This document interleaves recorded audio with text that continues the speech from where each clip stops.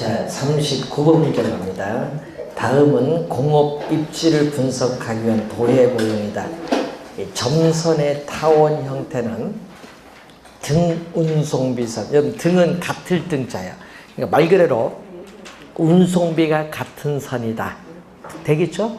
자, 최소 운송비 지점인 최소 운송비 지점인 공장 입지 뭐로부터 P점으로부터 거리가 멀어짐에 따라 운송비가 점진적으로 증가하죠. 처음에 얼마? 처음에 원 보니까 10원, 두 번째 20원, 세 번째는 30원 이렇게 증가한다. 공장 입지는 다른 조건이 동일하고 노동비, 제품 및 원료의 중량과 거리에 따르는 운송비에서 결정된다. 다음 그림과 관련한 공장 입지에 대한 설명 중 틀린 것을 묻는 거죠. 자, 운송비와 노동비를 고려한 비용 최소화의 관점에서 최적 공장 입지를 구하죠. 자, 여러분 뭐는 변화가 없다고 했어요? 우리는 거기 보니까 노동비 하나와 제품 및 원료의 중량, 거리에 따른 운송비 두 가지죠. 그래서 운송비와 노동비를 고려한 비용 최소화 관점이다. 자, 배번은 뭐예요? 최소 비용 이론입니다. 그래서 여러분 항상 우리가 알프레드 배번은 꼭 우리가 암기를 해야 될 것은 요거잖아요. 제목을 잘 보셔야 돼요. 최소 비용 이론인데 이 비용을 뭐 한다? 이 비용이 뭐가 돼? 최소가 된다. 이때 요 비용 두 가지만 고려했잖아. 문제에서 노동비와 뭐 수송비, 운송비 요 두 가지를 고려해서 어떻게 돼요? 최소가 되는 공장 입지를 구하는 거야. 비용 최소화입니다. 자, 두 번째, 총 운송비 관점에서는 원료의 중량과 제품의 중량을 비교하고 거리를 고려하여 비용 최소화 입지를 또 뭐한다? 찾을 수 있습니다. 그래서 2번도 맞는 질문이고 3번, 운송비 변수만. 그럼 뭐는 고려하지 않는다? 노동비는 고려하지 않는다. 여러분 운송비 변수만을 고려할 때는 노동비는 고려하지 않는다. 그래서 3번 지문에 노동비를 고려하지 않을 때, 자, 삼각형 거기 보면서 M1 원재료가 공장 입지 P에 어떻게 돼요? 원재료 M을 운송하는 데 드는 비용은 거리에다가 M1 원재료 무게를 곱해주면 돼요. 또 M2 원재료가 공장 입지 P에 운송하기 위해서는 거리에다가 또 뭐를 M2 원재료 무게를 곱해주면 요 두 개가 바로 뭐가 돼? 원재료 M1, M2를 공장까지 운송하는 데 드는 비용이지. 그리고 공장에서 생산된 제품을 시장까지 운송할 때는 제품의 중량이 뭐죠? Z고 거리가 얼마? 공장 입지 P에서 시장까지 거리 C를 곱해주면은 이것은 제품 운송비죠. 이걸 더해준 이게 바로 무슨 거죠? 총 수송비다. 이 총 수송비가 뭐가 되는 지점? 최소가 되는 지점에 공업이 입지를 한다. 여기에 3번 질문이지. 노동비는 고려하지 않고 뭐만 고려한다? 운송비 변수만을 고려할 때. 자, 그래서 저것이 최소가 되는 지점이죠. 네 번째, 그림 보세요. L 지점에서 노동비를 얼마 절감할 수 있다? 10원. 여러분, P에서 L로 갈 때 노동비 임금은 10원 절약할 수 있는데 비용은 얼마 증가한다? 비용은 동그라미 그 원 보면요 10원과 20원 사이에 있거든요. 운송비는 10원보다 더 증가하죠? 그럼 이동하면 돼요? 안 돼요? 안 돼요. 계속 그 P에서 생산해야 돼. 그래서 운송비 증가에도 불구하고 최적 공장 입지는 L 지점으로 이동하면 안 되죠? 어디에? P에 계속 있어야 돼. 그 그림 보면 해석하면 돼. P에서 L로 가는데 운송비는 10원 더 많이 증가했고 노동비는 10원만 절약됐으니까 비용이 더 많이 드니까 안 되지. 비용 최소한데.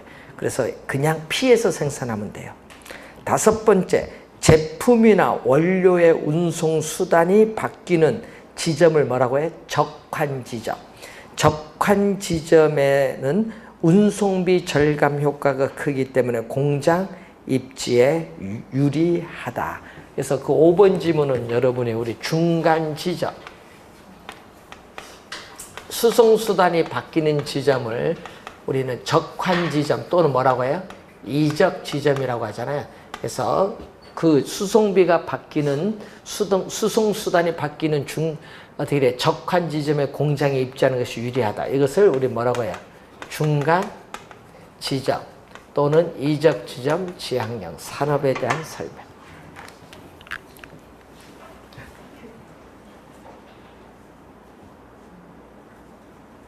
4번 정답이 되겠습니다. 자, 40번 문제로 갑니다. 베버의 공업 입지론에 관한 설명으로 틀린 것은 자, 생산자는 합리적 경제인이라고 가정한다. 여러분, 합리적 경제인은 이윤 극대화를 추구하는 어떻게 돼요? 사람. 이윤 극대화를 추구하는 사람을 합리적 경제인. 그럼 최소의 비용으로 제품을 생산할 수 있는 곳을 최적 입지점. 최소 비용이죠. 최소 비용 이론이니까. 기업의 입지요인으로 뭐를 제시했다? 수송비. 자, 베버는 수송비.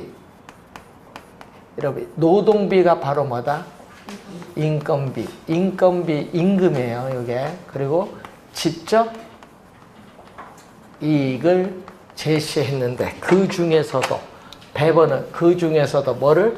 수송비를 가장 중시했다. 이 수송비가 원료와 제품의 중량이 무게죠? 원료와 제품이 수송되는 거리에서 결정되는 겁니다. 자, 네 번째, 기업은 수송비, 인건비, 직접 이익의 수로 각 요인이 최소가 되는 지점 하면 안 되죠. 자, 우선은 수송비는 뭐가 되는 지점? 최소. 예, 수송비 최소가 되는 지점. 또 뭐를 비교해야 돼? 노동비, 임금이 또 뭐가 돼? 우리는 또 최소가 되는 지점. 노동비, 임금이 최소가 되는 지점. 또 비교를 또 하고, 또 비교를 또 해야겠죠. 뭐를? 이익이에요. 여러분, 한 장소의 공업이 집적함으로써는 이익은 최소가 하면 안 되죠. 이익은 뭐가 돼? 최대. 이익은 최대가 되는 지점을 통해서 결론적으로 뭐다? 생산비가 결론적으로는 최소 생산비용이 최소가 되는 뭐 지점에 공업이 입지하는 것이 최적 입지점이다 이 말. 그러니까 여기 뭐다? 최대. 직접 이익은 뭐다? 최대. 그래서 4번 정답. 5번째, 등 비용선은 최소 수송비 지점으로부터 여러분 우리가 삼각형 아까 우리 보면 삼각형의 요 안이 바로 공장 입지 요게 P락하면 요게 바로 최소 수송비 지점이거든요. 그럼 최소 수송비 지점으로 이렇게 입지를 여기 Q로 이 점을 입지를 바꿀 경우는 운송비가 증가하죠. 그래서 그 얘기입니다. 최소 수송비 지점으로부터 기업이 입지를 바꿀 경우에는 이에 따르는 추가적 수송비, 여기서 여기까지 추가적 수송비가 10원이 든다. 그럼 수송비 그 10원이 드는 지점 있죠? 10원이 드는 지점들이 있을 거 아니에요. 그런 점들을 쭉 연결 이렇게 한 요게 뭐다? 등비용선이다 이 말입니다. 추가적인 수송비 부담액이 동일한 지점을 연결한 곡선을 등비용선이라는 용어를 사용한다. 자, 4번 정답이 되겠습니다. 자, 42번 문제로 갑니다. 공인중개사 갑은 A 공장과 B 공장의 대표로부터 공장용 부지 구입을 의뢰받았다. 갑이 조사한 각 공장의 특징이 다음과 같을 경우에 각 공장은 어떤 입지 유형으로 봐야 할 것인가? A 공장은 편제 원료를 많이 사용한다. 여러분, 특정 지역에서만 구할 수 있는 편제 원료를 많이 사용하면 여기서 포인트. 원료 지향형 입지 산업이 나와야지. 그리고 상품보다는 원료의 부패 가능성이 있다. 여러분, 원료의 부패 가능성이 높은 산업, 통조림공업이죠. 원료 산지에 입지해야 돼. 원료 지향형 입지가 되죠. 비공장은 상품의 무게와 부피가 많이 나가며 수출의 의존도가 높아서 대부분의 상품을 항구에서 성적해낸다. 자, 여러분이 수송을 항구에 해와서 항구에서 배로 가. 수송수단이 바뀌는 지점에 공업이 입지하는 것이 좋죠. 그래서 중간 지점 지향형 또는 이적 지점 지향형 산업 5번 정답.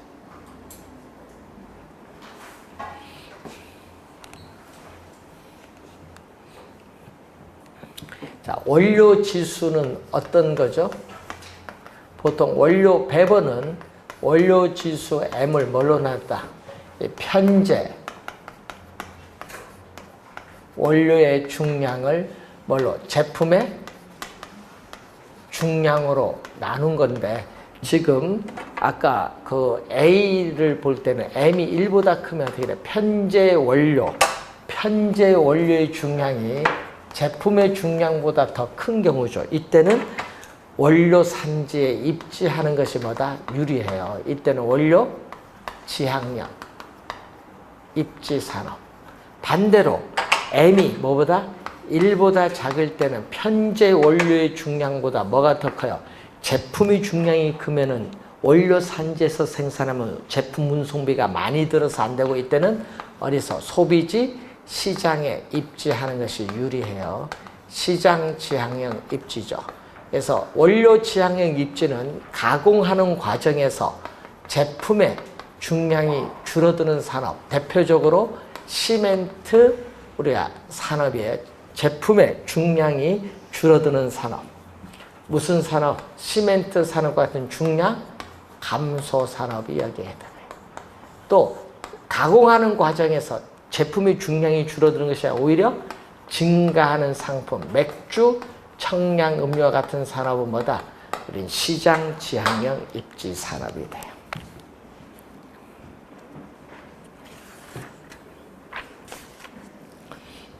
자, 40 우리가 5번 문제로 한번 가봅니다. 자, 전국의 A, B 두 지역과 1, 2 두 산업만 존재한다고 가정하고 이들에 대한 고용자 수를 조사한 결과다. A 지역의 1산업의 입지 개수 및 산업 구분을 오른 것. 자, A 지역의 입지 개수를 구하는데,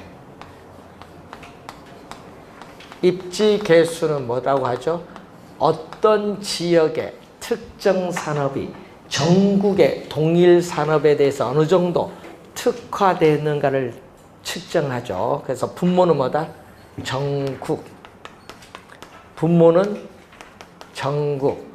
분자는 특정 지역. 자, 요것을 우선 분모 분자를 잘 보는데, 자, 전국 전체 산업의 고용자 수에 대해서 전국의 특정의 I 산업 고용자 수. 자, Z 지역 전체 산업 고용자 수에 대해서 Z 지역의 I 산업 고용자 수가 차지하는 비인데, 표가 시험에 나오면 표가 꼭 주어지거든요. 그러면 원래는 출제할 27에 나왔기 때문에 원래 출제할 가능성이 됐거든요. 그래서 한번 잘 보는데, 이렇게 이런 분모 분자 표에서 요걸 잘 찾아 들어가시면 돼요. 자, 그러면 한번 보면은, 자, 분모 분자가 잘 되는데 전국 한번 봅니다.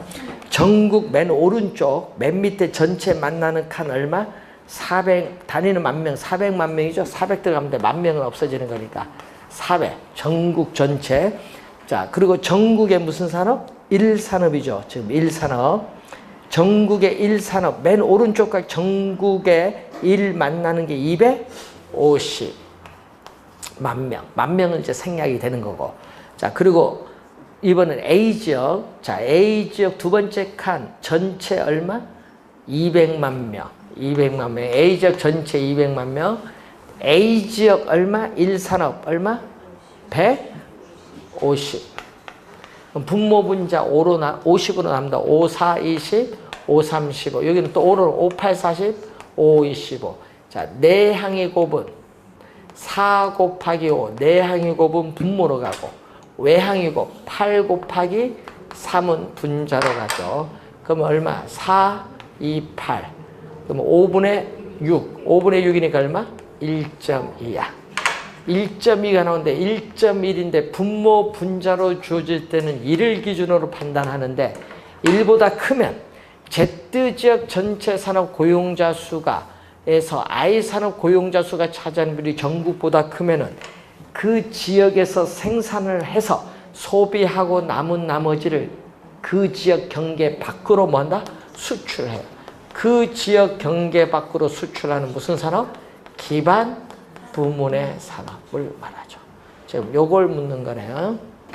그러니까 1.2가 나오고 뭐다? 기반 부문의 산업. 1번 정답이 되겠습니다.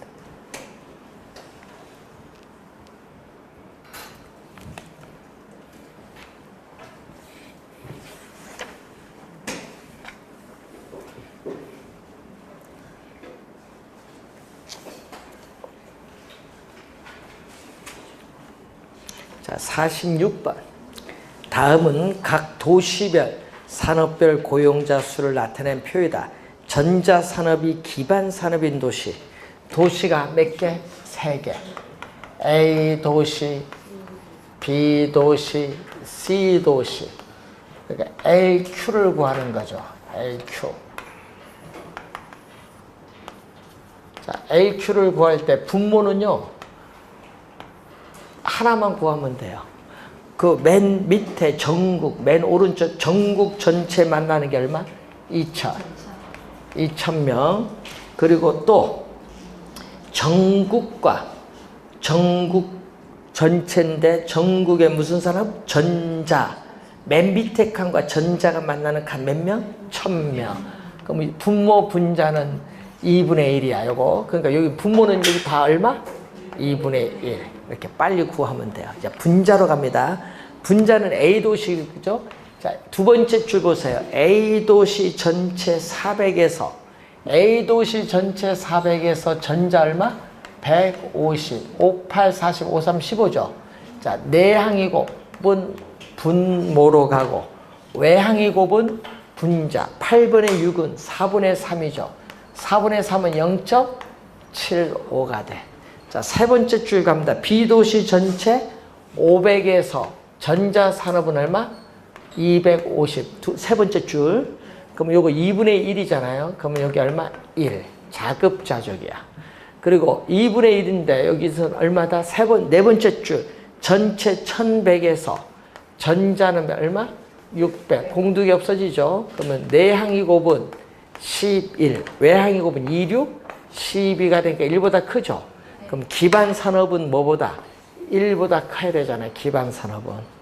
1보다 큰 거 하나밖에 없네요. 그래서 뭐 C 도시 3번 정답. 요즘 시험에 나오면요. 도시가 3개 아니면 4개 나오던지. 그럴 때 항상 빨리 푸는 건 분모는 똑같지.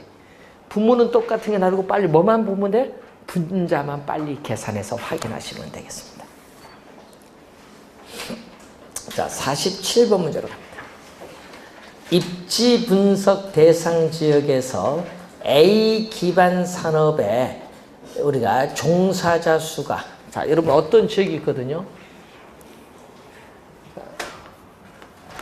자, 여기 어떤 지역이 있어요? 여기서 A 기반 산업이에요.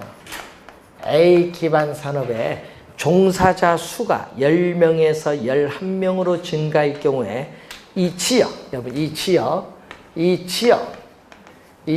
전체에서의 전체 산업 종사자 수가 100명에서 얼마? 120명으로 증가했다면 A 기반 산업의 경제 기반 승수는 얼마냐 얘기죠. 자, 경제 기반 승수.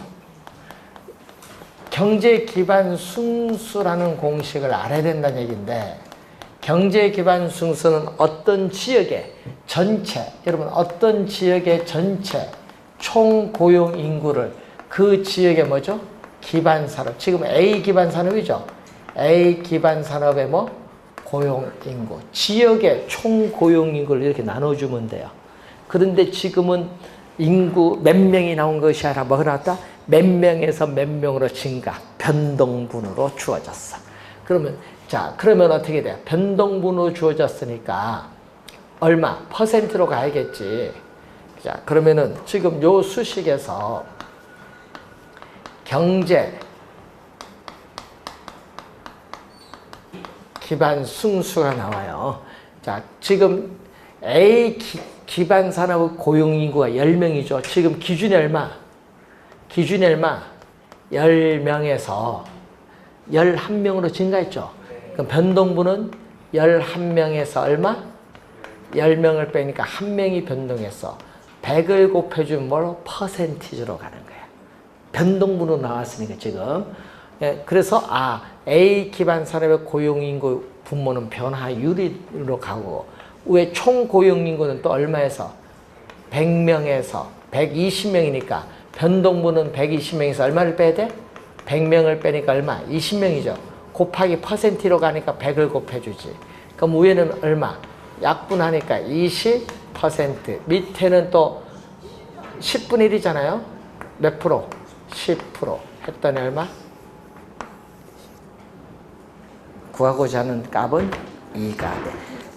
지금 변화로 가야 돼. 몇 명에서 몇 명 하니까 변동분이 주어지니까 이렇게 변화율 퍼센티지로 간 겁니다. 탄력성 할 때 배웠잖아, 변화율. 예? 그래서 여러분이 우리가 요걸 잘 확인을 해줘. 요거는 기준이 되는 10명에서 몇 명 변동했느냐, 1명. 기준 100명에서 몇 명, 20명 변동했다 얘기죠. 100을 곱해주는 퍼센트로 가는 것. 4번 정답입니다.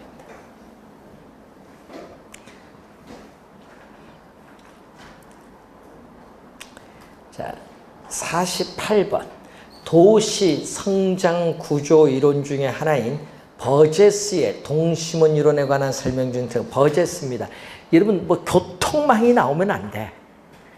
여러분 버제스는요, 도로교통수단의 발달이 동심원 형태를 변형시킬 수 있는 걸 간과했잖아요. 교통망이 나와서는 절대 안 돼. 1번 정답이지 뭐. 교통망 나오면 안 됩니다. 이 버제스는. 교통망의 접근성, 요거는 뭐야? 호이트의 선형이론이지. 교통망이 뜨면 누구? 호이트.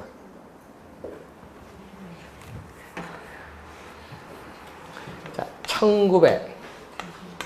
1925년에 나타난 버제스의 동심원 이론은 도시의 핵심이 뭐야? 중심, 업무, 지구잖아요.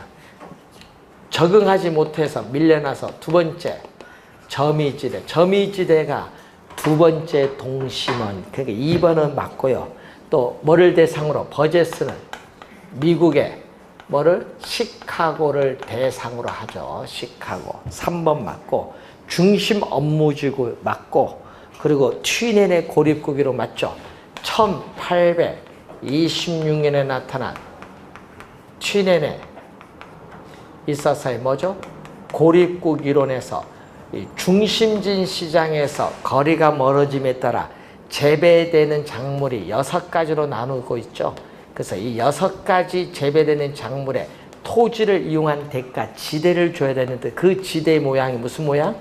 동심원이다. 이 동심원 지대 모형을 띠고 있는데 이것을 어디에? 도시, 농촌 토지의 이론을 도시, 토지, 공간에 적용을 한 거죠. 응용을 한 거예요. 그러니까 튀넨의 고립국 이론을 응용한 겁니다. 그래서 5번 맞는 지문 관련이 있죠. 정답 1번. 자, 49번 문제로 갑니다. 버제스의 동심원 이론에 관한 설명으로 틀린 것은 미국의 시카고를 연구 대상으로 주거지의 공간적 분화 과정을 우리 실증적으로 분석된 가장 오래된 최초의 모형, 가장 오래된 최초의 모형입니다. 중심 업무지구는 도시의 경제, 문화, 금융, 정치 균형이 집중된 핵심입니다. 자, 20세기 초반 미국 시카고 대학의 시카고 학파를 중심으로 발전했고, 고소득층 주거는 어디 있어요? 여러분, 점유지대가 두 번째고요.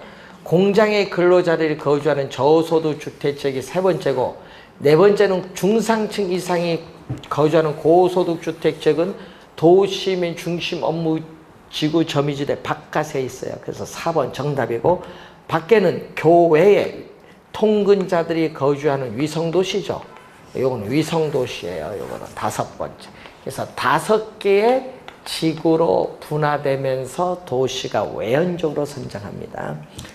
자, 4번 정답이고, 도시의 공간 구조 형성을 무슨 형태? 친입, 경쟁, 천위 등의 과정으로 설명하죠. 그래서 도시 생태학입니다.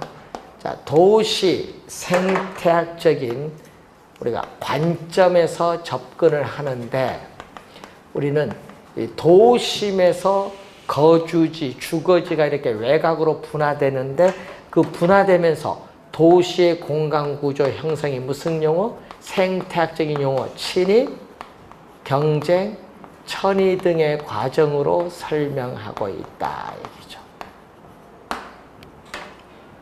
5번 맞는 질문이 되겠습니다. 자, 50번 문제로 갑니다.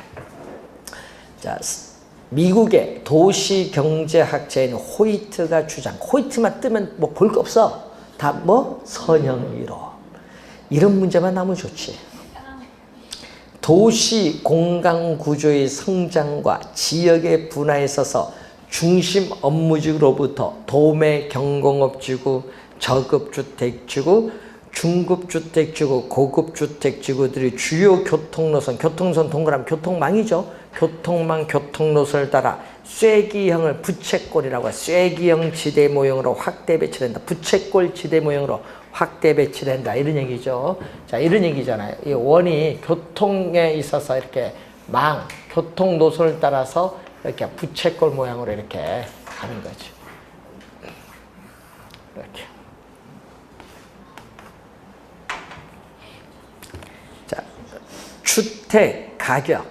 자, 여러분이 높은 주택 가격을 지불할 수 있는 고소득층의 주거지란 입지 선택 능력이 도시 공간의 주거 공간을 결정하는 중요한 관건이라고 주장한 학자가 호이트. 그래서 이걸 다 맞는 이론 누구 이론? 호이트. 그래서 호이트는 몇 년? 1939년에 나타난 호이트의 무슨 이론? 선형 이론이고, 교통의 축을 따라서 개발축이 형성되기 때문에 축 이론인데, 항상 호이트가 나오면은 뭐를 따라서 확장이 되는 거예요? 도시의 어떻게 돼? 성장은 뭐를 따라서? 교통망을 따라서 확대가 되는데, 그 모양이 우리는 무슨 모양을 띠고 있냐면은 부채꼴 모양을 띠고 있다. 부채꼴 모양. 부채꼴 모양을 우리는 쐐기 형태다.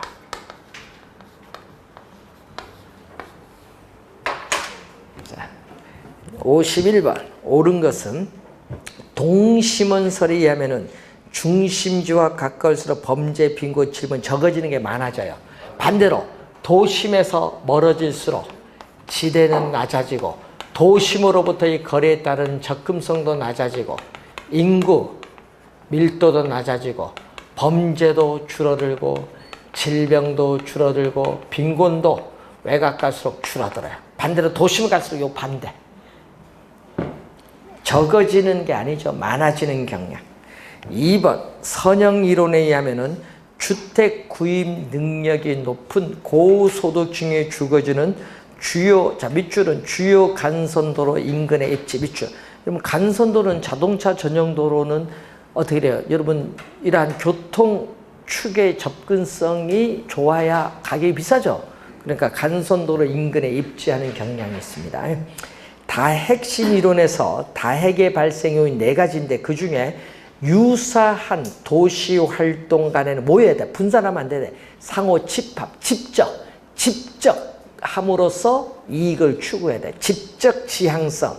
서로 다른, 이질이라는 건 서로 다른 도시 활동 간에는 어떻게 같은 도시 내에 입지하기가 어려워요. 예? 그래서 비양립성, 집적에 따르는 불이익이 발생하기 때문에 상호 분리, 입지적 비양립성이 나타납니다. 그래서 몇 년도? 1945년도에 나타난 해리스와 울만의 연구에서 나타나는 다 핵심이로. 핵심이 하나가 아니라 여러 개인데 다 핵심이 우리는 성립되는 발생시킨 요인이 거기 4가지가 나오는데 그 중에 지금 2가지가 나와 있어요.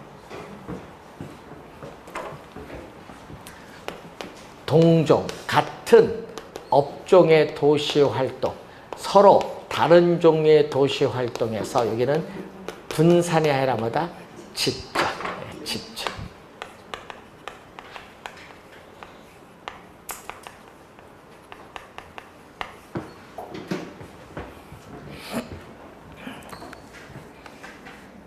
(3번) 틀렸고 4번 도시 공간 구조의 변화를 야기하는 요인은 교통의 발달, 소득이 증가 둘 다 관련이 있어요. 그럼 교통이 발달하면요 어떻게 돼요? 주거지가 도시 외곽으로 확산되고요. 교통이 소득이 증가해도 외곽으로 확대가 돼요. 관련이 있습니다. 자파점, 세탁소는 어떻게 돼요? 산재성 점포. 이런 소매 점포는 분산 입지를 해 유리한 산재성 점포고, 백화점, 귀금속 이것은 상권 중심부에 입지를 해 유리한 집심성 점포. 집심성 점포.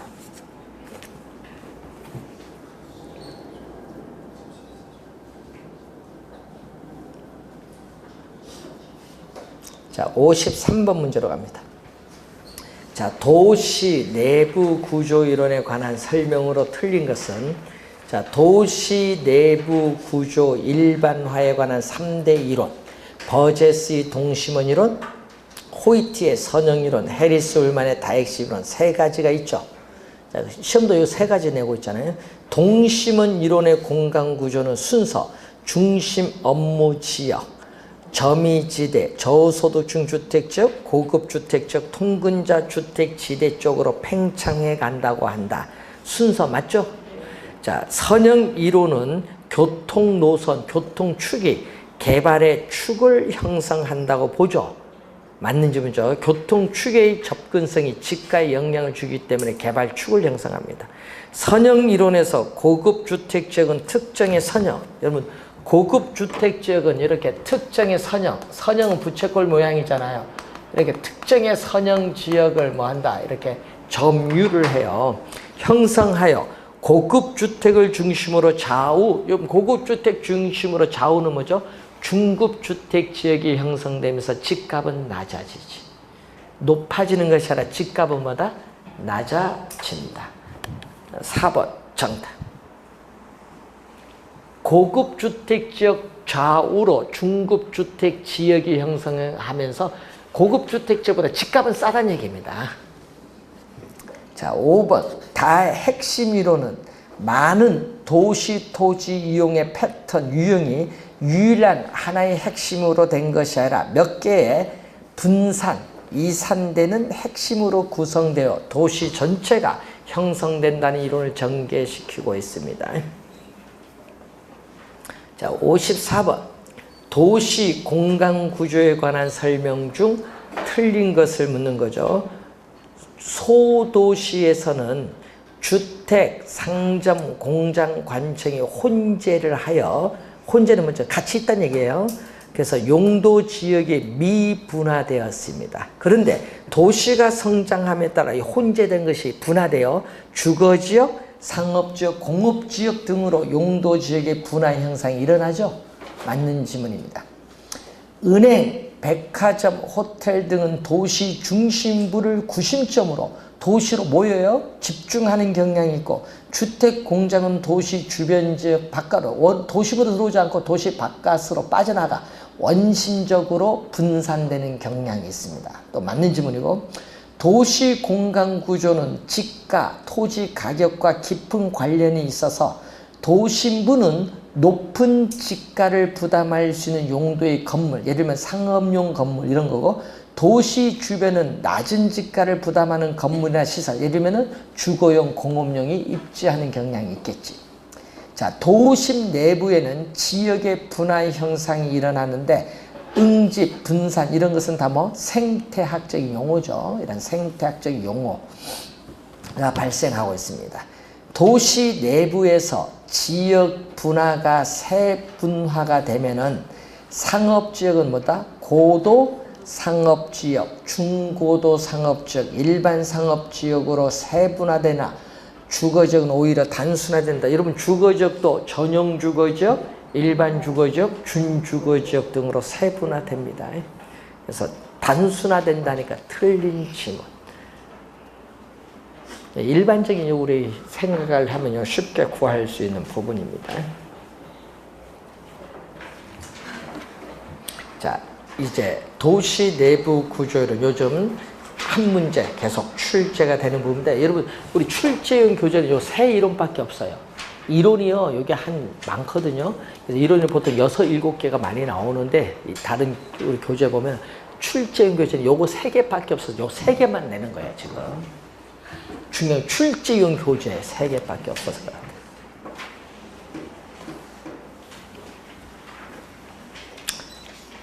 자, 55번. 다음에서 설명하는 지대 이론은 뭔데? 지대가 발생하는 이유 2가지가 나왔어요. 비옥한 농업용 토지의 양이 상대적으로 희소하고 수확 체감의 형상이 있기 때문에. 그래서 데이비드 리카도는 지대를 발생시키는 원인 아까 2가지, 비옥한 토지가 한정되어 있다는 희소성, 또 수학 체감의 법칙이 작용한다. 2가지 원인. 그게 거기에 첫 번째 나와 있고, 2번째 보세요. 최열등제는 한계지인데, 한계지에서는 토지의 생산물 가격과 생산비가 일치하므로 우리가 지대가 발생하지 않는다. 밑줄은 지대가 발생하지 않는데, 자, 여러분 토지의 비옥도가 낮은 토지를 뭐라고 하죠? 열등지고, 열등지 중에 열등지를 최열등지인 한계지죠. 자, 이 한계지에서 뭐 한다? 우리는 리카도는 생산물에 있어서 비옥도가 열악을 했기 때문에 생산물 가격과 그 생산물을 생산한 비용이 같다는 거예요. 왜냐? 이 토지에 재배되고 있는 농업용 토지의 생산성이 가장 낮기 때문에. 그래서 생산성이 가장 낮기 때문에 그래요. 지금 가장 낮기 때문에 우리는 생산물 가격과 생산비가 같다는 거죠. 그래서 리카도는 지대를 뭘로 보죠? 리카도는 지대를, 우린 지대는 이윤이거든요. 시장에서 거래되는 생산물 가격, 이게 농산물 가격인데 여기서 생산하는 비용을 뺀 걸 지대라고 보거든요. 이윤. 근데 이게 한계지에서는 이게 서로 같잖아요. 같으니까 지대는 뭐가 돼? 제로. 지대가 제로라는 것은 발생하지 않는다는 거예요. 자, 3번째, 지대는 토지 생산물 가격에 의해서 결정된 결과이지 그 생산물 가격을 결정하는 원인이 될 수 없다. 왜냐? 리카도는 누구?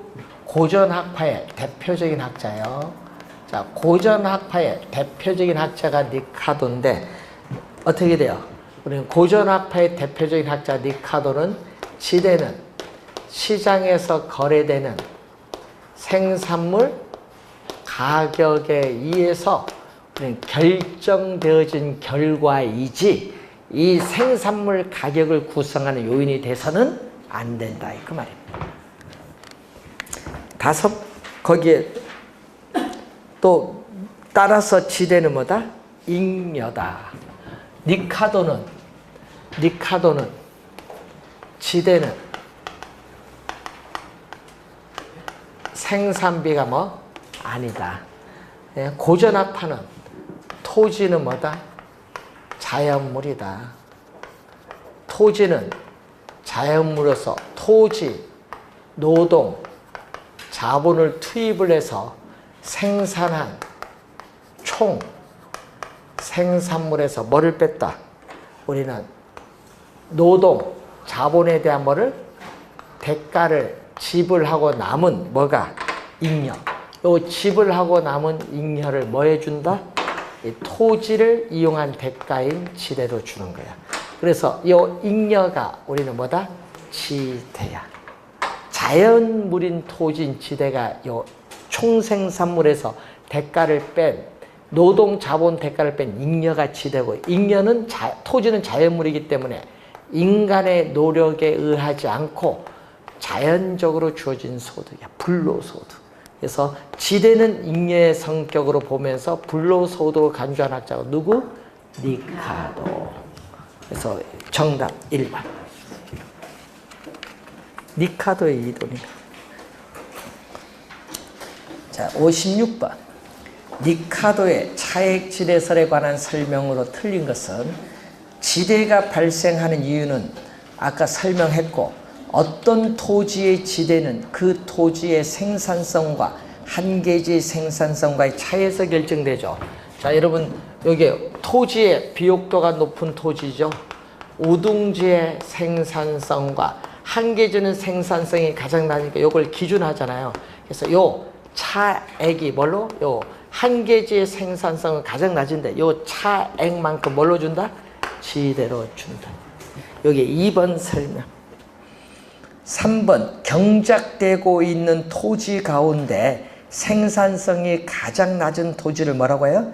한계지라고 하는데, 한계지에서도 토지 소유자 요구로 지대가 발생한다고 하면 안 돼. 리카도는 한계지에서 지대가 발생하지 않는다. 3번 정답.